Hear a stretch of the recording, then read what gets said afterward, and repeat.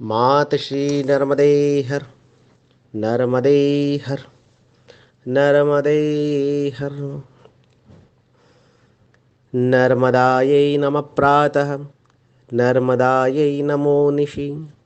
नमस्ते नर्मदे देवी त्राहि मां भवसागरात्।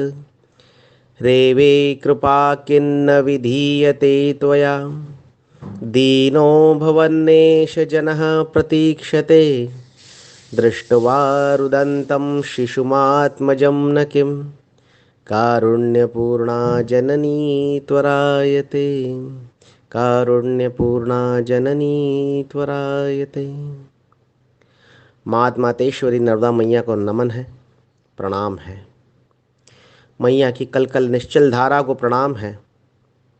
मैया के दोनों तटों को प्रणाम है। मैया की जलधारा में विराजित करोड़ों करोड़ों नर्मदेश्वर शंकर भगवान को सादर प्रणाम है। मैया के तट पर निवास करने वाले सभी साधु संत सज्जन मंडल को प्रणाम है। सभी परिक्रमावासियों को प्रणाम है। मेरे पूज्य गुरुवर को प्रणाम और आप सभी को पुनः पुनः बारंबार बारंबार नमन है। आज हमारा मानसिक परिक्रमा का जो मार्ग है वह गरुड़ेश्वर से प्रारंभ होकर मध्य प्रदेश के धार जिले के अंतर्गत आने वाले धर्मपुरी तहसील नामक एक बड़े कस्बे तक है। आज हमारे मानसिक परिक्रमा का ये 7वां दिन है और 7वें दिन के ये प्रथम ऑडियो में मैं पंडित अनय रेवाशीष, ग्राम कटघड़ा, तहसील बड़वाह, जिला खरगोन, यहाँ पर स्थित मेरे पिताजी द्वारा स्थापित कैवल्य धाम आश्रम से आप सभी को नमन करता हूँ। और आप सभी की जानकारी के लिए ये भी बता दूँ कि ये जो कैवल्य धाम आश्रम जो मेरे पूज्य पिताजी द्वारा स्थापित है, ये ओंकारेश्वर तीर्थ क्षेत्र से 17 किलोमीटर की दूरी पर है।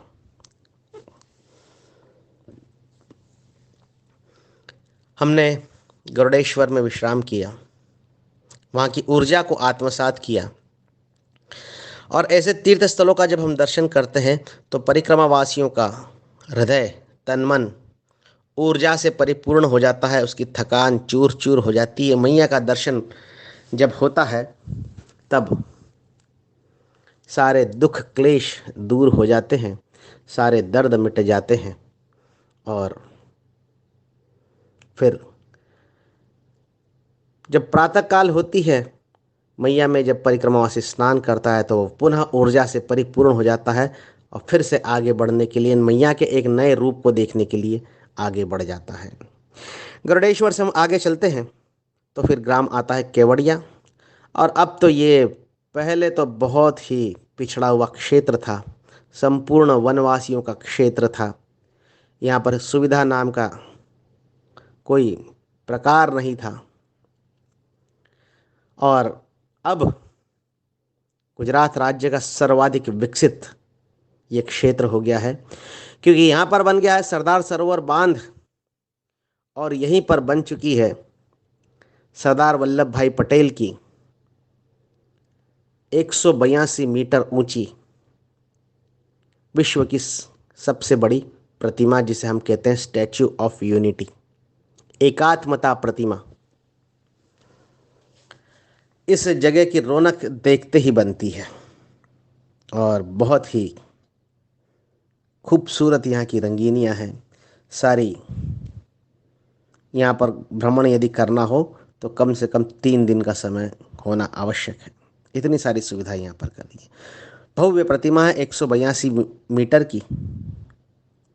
प्रश्न ये उठता है कि 182 मीटर क्यों इसकी ऊंचाई रखी गई। 182 मीटर ऊंचाई इसलिए रखी गई कि गुजरात विधानसभा में 182 विधानसभा क्षेत्र हैं, 182 विधानसभा की सीटें हैं।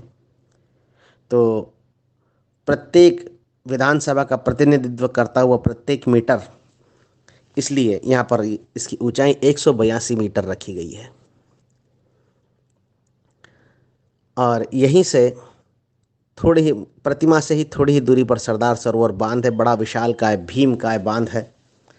और कहा यहाँ तक जाता है कि मैया के मुख्य धारा में जो बड़े बड़े बांध बंधे हुए हैं, जिसमें प्रमुख सरदार सरोवर है, इंदिरा सागर है, ओंकारेश्वर है और बरगी, ये चार वर्तमान में क्रियाशील हैं और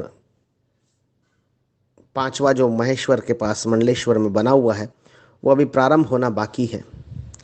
ये चारों बांध जो क्रियाशील हैं, ये यदि पूर्ण क्षमता से जब भर जाते हैं तो उसमें इतना पानी समा जाता है कि मध्य प्रदेश और गुजरात में 6 वर्ष तक वर्षा न हो तो भी जल की आपूर्ति होती रहेगी।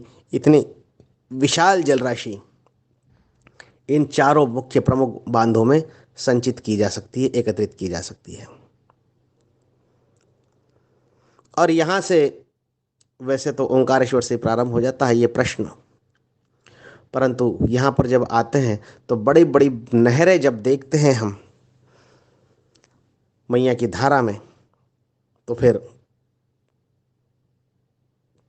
हमारे मन में एक सहज प्रश्न हो जाता है परिक्रमावासियों की कि नहर में जो पानी प्रवाहमान हो रहा है, कालवा, कैनल, नहर, उसमें जो पानी प्रवाहित हो रहा है वो भी तो मैया का जल है। परिक्रमावासी सोचता है इस जल को हम पार करेंगे तो कहीं हमारी परिक्रमा खंडित तो नहीं हो रही। प्रश्न बहुत उचित है, समीचीन है। इस प्रश्न का उत्तर संभवतः वेद शास्त्र पुराण, हमारा सनातन शास्त्र पहले से ही जानता था, इसलिए तत्कालीन पुराण ज्ञाताओं ने उसमें लिख दिया, त्याज्यम तज्जलम ये नर्मदा त्यज्यति, अर्थात हमारे किसी भी कार्य में वो जल प्रयुक्त नहीं करना चाहिए जिसने नर्मदा मैया के मुख्य धारा को छोड़ दिया। ये आज से लगभग हजारों वर्ष पूर्व पुराणों में लिखा गया है, जैसे उन्हें मालूम होता है कि ऐसा भी आगे कुछ होने वाला है।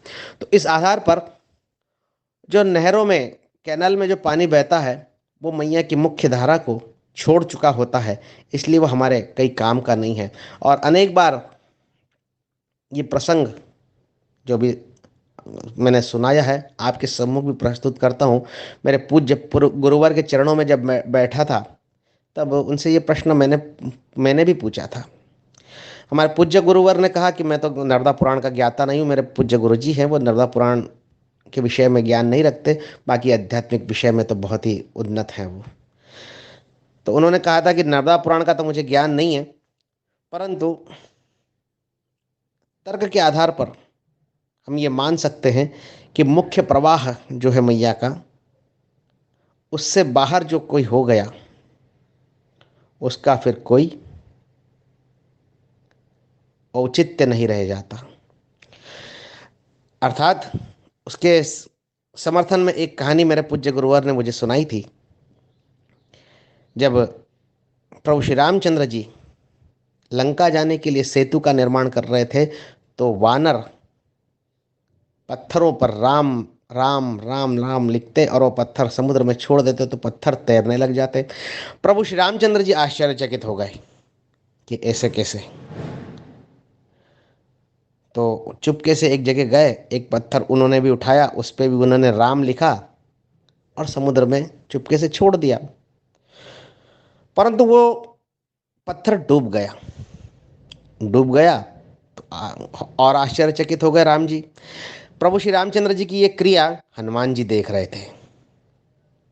मुस्कुराते हुए हनुमान जी राम जी के पास आए और राम जी से कहा, हे राम जी, ये जो वानर पत्थर डाल रहे हैं वो बड़ी श्रद्धा से आपका नाम लिखकर समुद्र में डाल रहे हैं, इसलिए वो तैर रहे हैं, और जिसके साथ आपका नाम जुड़ा होता है उसका तो भवसागर वैसे पार होना तो वैसे ही संभव है, परंतु जिस पत्थर पे आपने नाम लिखा उस पत्थर को आपने आपके ही हाथ से छोड़ दिया। तो है प्रभु, जिसे आपने छोड़ दिया उसे डूबने से कौन बचा सकता है, इसलिए आश्चर्य मत कीजिए यदि वो पत्थर डूब गया तो इसी तर्क के अनुसार मेरे गुरुजी ने मुझे समझाया कि जिस प्रकार प्रभु रामचंद्र जी ने जिस पत्थर को छोड़ दिया उसको कोई तारने वाला नहीं, उसी प्रकार हम ये भी तर्क दृष्टि से मान सकते हैं कि जिस जल राशि को नर्मदा मैया ने छोड़ दिया, अर्थात जो कैनाल, नहर के रूप में, कालवे के रूप में जो जल मैया के मुख्य प्रवाह से अलग हो गया, उसमें मैया का सत्व, मैया का गुण, मैया का तेज तो शेष रहा नहीं। इसलिए ये जो नहर है, इनका विचार करना अनावश्यक है। मात श्री नर्मदे हर।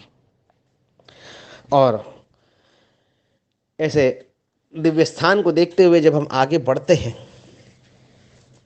तो फिर अचानक ही सहसा मुख से निकल जाता है, महाप्रभा पुंजमयी महीयसी गरीयसी दिव्य गुणैर महेश्वरी, कृपा करी दैन्य हरीच शांकरी निशेष शोकार्णवतारिणी तरी। और फिर आगे जाते हैं। आगे का डैम, जो सरदार सरोवर बांध के आगे का पूरा क्षेत्र, जिसे हम उत्तर शूलपाणी झाड़ी कहते थे, जो छोटी थी, काफ़ी हद का कुछ मात्रा में यहाँ पर भी पूर्व काल में लूटपाट होती थी। वो स्थान यहाँ से लगाकर तो लगभग मध्य प्रदेश के कोटेश्वर तक वो स्थान पूर्णतः डूब चुके हैं। इस क्षेत्र के अंतर्गत आने वाले सभी तीर्थ क्षेत्र जलमग्न हो चुके हैं। रास्ता बड़ा कठिन था ये भी, गरुड़ेश्वर के बाद में। और फिर अब नया रास्ता तो अनेक अनेक परिक्रमावासी अपने अपने हिसाब से बना लेते हैं, अपने अपने रास्ते पर बढ़ते जाते हैं। परंतु पुरातन जो मार्ग है, मेरी मानसिक परिक्रमा उसी को आधार बनाकर चल रही है, ताकि जो श्रोता हैं उन्हें पुरातन मार्ग की भी, जो डैम में डूबने से पहले जो मार्ग था, उसकी भी थोड़ी सी झलक मिलती रहे। गोपाल कृष्ण भगवान की जय। जब हम अभी तो हम यही मान के चल रहे हैं कि ये जो आगे के तीर्थ हैं वो वर्तमान में हमें दिख रहे हैं, भले ही डूब चुके हैं, परंतु मन से परिक्रमा कर रहे हैं, तो मन से इनका स्मरण करना भी आवश्यक है। केवड़िया से आगे जब हम जाते थे तो ग्राम आता था बागड़िया। बागड़िया में आदित्येश्वर, आदित्येश्वर तीर्थ जो है बड़ा ही सुंदर तीर्थ था। और पंच महापातक स्वरूप राक्षसों को मुक्ति यहाँ पर प्राप्त हुई थी। पंच महापातक कौन से?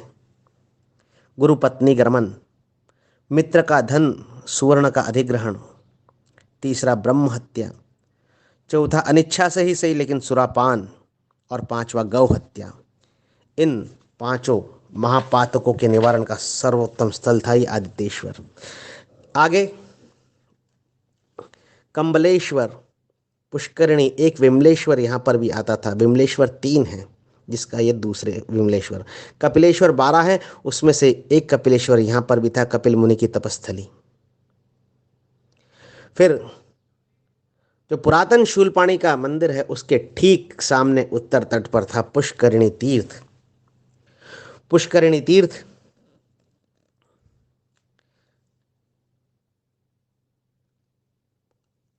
पुष्करिणी अर्थात आदित्येश्वर, ये भी सूर्य से संबंधित तीर्थ है। शूलपाणेश्वर देवता की कथा सुनाते समय मैंने आपको बताया था कि शूलपाणेश्वर भगवान बाबा भोलेनाथ यहाँ पर बड़े ही व्यथित होकर आए थे मैया के दक्षिण तट पर। और जब तट पर आए तो हाथ का जो उनका त्रिशूल था, जिसपे अंधक का रक्त लगा हुआ था, उन्होंने ऊपर उठाया और जोर से जमीन पर पटका।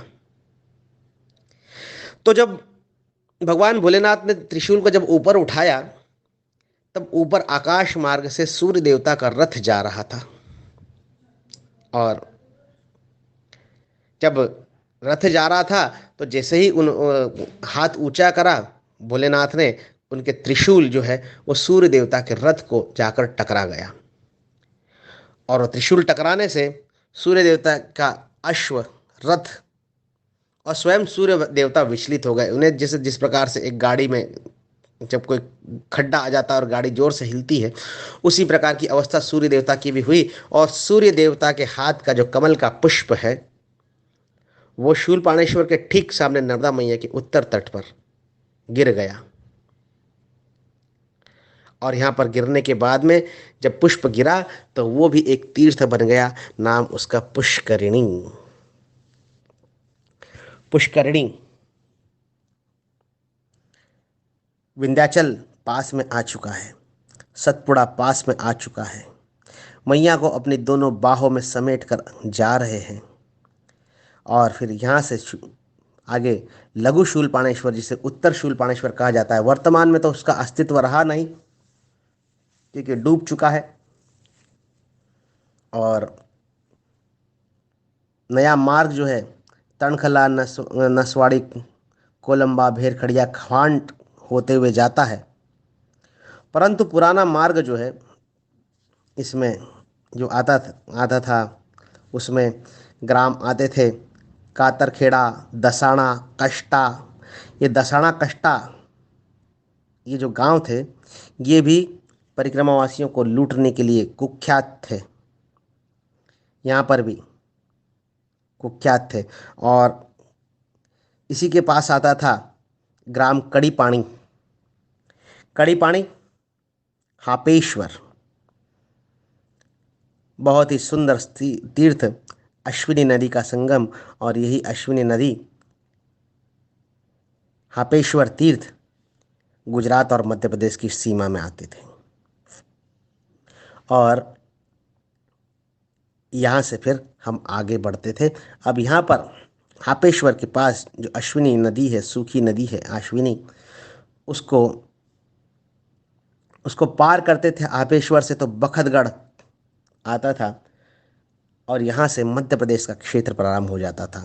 अभी भी कड़ी पानी, कवांट, कवांट के आगे हम जाते हैं तो वहाँ से मध्य प्रदेश प्रारंभ हो जाता है, जिला अलीराजपुर।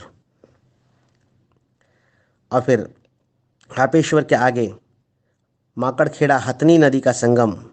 और हापेश्वर का मंदिर बड़ा विशाल था और वरुण देवता का ये प्रिय स्थल था, वरुण देवता की ये तपस्थली हापेश्वर। कतखेड़ा, और फिर जो दक्षिण तट पर मैंने आपको बताया था हरणफाल, उसका उत्तर तट आ चुका है। और कतखेड़ा, दसाणा, कष्टा आदि गांव को पार करते हुए हम आ जाते थे जंगल के वन मार्ग को, झाड़ी के मार्ग को छोड़कर हम पहुंचते थे धर्मराय। धर्मराय वर्तमान में भी डूबा हुआ है, परंतु जल स्तर जब कम हो जाता है सरदार सरोवर बांध का तो अभी भी कभी कभार मई जून के महीने में अभी वर्तमान में वो दिख जाता है, उसके धर्मराय तीर्थ के दर्शन हो जाते हैं। धर्मराय ये पांडवों की तपस्या स्थली है और यहाँ पर उन्होंने मुक्त हस्त से दान किया था और इसलिए इस स्थान को धर्मराय कहते हैं। धर्मराय के पश्चात ग्राम आता है चंदनखेड़ी।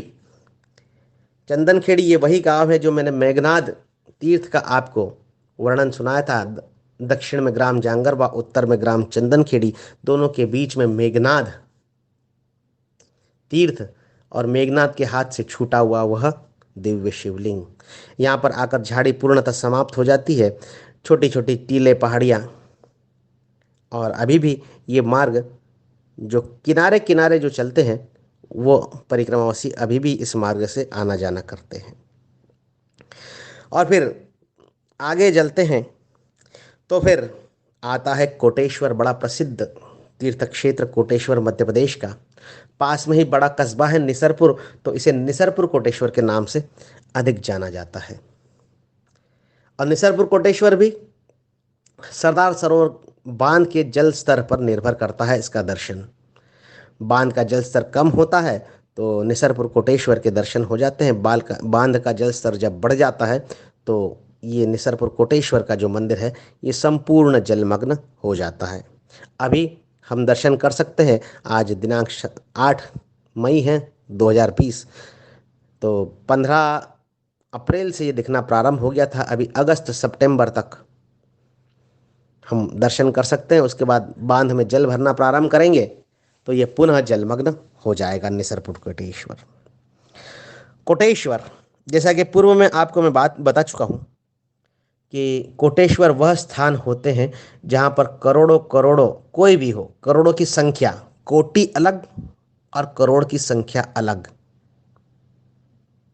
33 कोटि देवता वो अलग होते हैं। 33 कोटि देवताओं में जब हम कहते हैं कि 33 कोटि देवता है हमारे सनातन शास्त्र के, तब उस कोटि का संबंध संख्या करोड़ से नहीं होता। वो जो 33 जो प्रमुख देवता हैं, 33 प्रमुख देवता, 12 आदित्य, 11 रुद्र, 8 वसु और 2 अश्विनी कुमार, नासत्य और दस्त्र, ये 33 देवता मिलकर ये उच्च कोटि के हो जाते हैं। ये उच्च कोटि के देवता हैं, इसलिए इन्हें 33 कोटि देवता कहा गया है। यहाँ पर जो कोटेश्वर है उसका संबंध संख्या रूपी करोड़ से है। तो ये कोटेश्वर जो है, यहाँ पर यक्षराज कुबेर के पुत्र कुंड, उसकी ये तपस्या स्थली है। यक्षराज कुबेर, धनाधिपति कुबेर, और जैसा कि अक्सर होता है, पिता के पास अधिक संपत्ति होती है तो पुत्र जो है वो गलत संगत में लग जाता है। इसी प्रकार कुबेर के पुत्र कुंड का भी हाल हुआ। पिता के धन पर समस्त ऐश्वर्य भोगते हुए वो गलत मार्ग पर चल निकला और चलते चलते चलते चलते करोड़ों उसके मित्र बनते गए और पूरे सभी पृथ्वी मंडल को वो त्रस्त करने लगे। देवताओं के श्राप से सभी दानव की योनि उन्हें प्राप्त हुई और फिर अपने इस दानव योनि से मुक्त होने का प्रायश्चित पश्चाताप करने के लिए कुंड, जो कुबेर का पुत्र है, अपने करोड़ों मित्रों के साथ में जो दानव योनि को प्राप्त हुए थे यहाँ पर आया। मैया की आराधना करी, प्रभु भोलेनाथ की आराधना करी और यहाँ पर उसे दानव योनि से मुक्त हुआ। ऐसा है ये निसरपुर कोटेश्वर। निसरपुर कोटेश्वर से जब हम आगे बढ़ते हैं मैया के उत्तर तट पर, तब ग्राम आता है चिखलदा। चिखलदा पंचकुंड है, यहाँ पर सप्त ऋषियों की तपस्थली है। अग्निदेव को ब्रह्मा का स्वरूप मानकर सप्त ऋषियों ने यहाँ पर तपस्या करी। तो नीलकंठेश्वर है, यहाँ पर हरिहरेश्वर है, अग्नीश्वर है, चिखलदा ग्राम। और ये ग्राम जो है, यहाँ पर पूज्यपाद टेम्मे स्वामी जी महाराज ने 2 बार चतुर्मास तपस्या करी थी मैया के तट पर। ग्राम चिखलदा, तहसील कुक्षी, जिला धार, मध्य प्रदेश। सप्तऋषि क्रतु, पुलह, पुलत्स्य, अत्रि, अंगिरस, वशिष्ठ और मरीचि, इन सप्तऋषियों की ये तपस्थली है। अग्नि देवता का पूजन किया था और इन सप्तऋषियों को सिर्फ हम ही नहीं मानते, सप्तऋषियों को संपूर्ण जगत मानता है, विज्ञान भी मानता है, भूगोल भी मानता है और क्रिश्चियनिटी भी मानती है। तो सप्तऋषियों को क्रिश्चियन धर्म में अंग्रेजी नाम भी दिए गए हैं। तो क्रतु जो है उन्हें डूबे कहते हैं। पुलह जो ऋषि हैं उन्हें अंग्रेजी में मेरक कहते हैं। पुलत्स्य ऋषि को पेकड़ा कहते हैं। अत्रि ऋषि को मैग्रीज कहते हैं। अंगिरस ऋषि को एलियोथ कहते हैं। वशिष्ठ ऋषि को मिज़ार कहते हैं और मरीचि ऋषि को अल्काइड कहते हैं। तो डूबे, मेरक, पेकड़ा, मैग्रेज, एलियोथ, मिज़ार, अल्काइड, ये हमारे सप्त ऋषियों के अंग्रेजी नाम हैं। और यहाँ पर अग्नि देवता का ग्राम चिखलदा में नित्य निवास होता है और यहाँ पर जो भी यज्ञ करता है वो मनुष्य विमुक्त हो जाता है। यहाँ पर ब्राह्मण भोज का विशेष महत्व बताया गया है चिखलदा अग्नीश्वर नीलकंठेश्वर तीर्थ में। अभी तो उपेक्षित अवस्था में है क्योंकि डूबते रहते हैं, बाहर आते रहते हैं। चिखलदा ग्राम का जो है पुनर्वास हो गया है, तो ग्राम उजड़ चुका है, तो हमारे तीर्थों की भी दुर्दशा यहाँ पर हो रही है।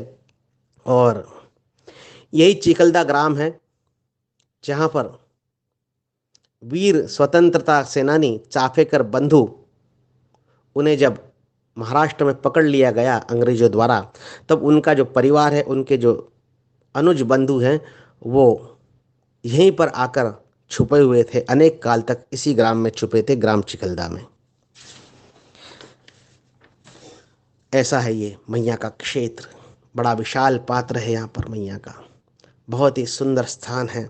परिक्रमावासी पैदल चलते जाता है, पैदल चलते जाता है और सारे सुख उसे मिलते जाते हैं। मिलते जाते हैं, मैया के भक्त परिक्रमावासियों की सेवा करते जाते हैं। हालांकि परिश्रम तो बहुत है, आसान तो है नहीं पैदल परिक्रमा, और जो इसे आसान मानते हैं वो थोड़े से कष्ट उठाने के लिए तैयार भी रहें, क्योंकि कभी कभार भोजन भी नहीं मिलता, कभी कभार मनवांछित वस्तु नहीं मिलती, और फिर जिस सुख सुविधाओं में हम शहरों में रहते आए हैं वो सुख सुविधाएं यहाँ पर नाम मात्र को भी देखने को नहीं मिलती। परंतु प्रेम, मानवता, सहयोग संपूर्ण परिक्रमा क्षेत्र में आपको अवश्य प्राप्त होता है। इसीलिए प्रति वर्ष हजारों की संख्या में परिक्रमावासी मैया की परिक्रमा करने के लिए आते हैं और मैया की जय जयकार करते हैं। मात श्री नर्मदे हर। आगे का ऑडियो शीघ्र ही आपके सम्मुख आपकी सेवा में प्रस्तुत होगा। मात श्री नर्मदे हर। मैं पंडित अनेरे वाशिष, मोबाइल नंबर मेरा नोट कर लीजिए 9826764226। कोई विचार हो, कोई प्रश्न, जिज्ञासा अथवा सुझाव हो तो अवश्य मुझसे संपर्क कीजिएगा। नर्मदे हर। मात श्री नर्मदे हर। काल हर, दुख हर, दारिद्र्य हर, संताप हर, क्लेश हर, सबका भला कर। मात श्री नर्मदे हर। जिंदगी भर, जिंदगी भर, जिंदगी भर।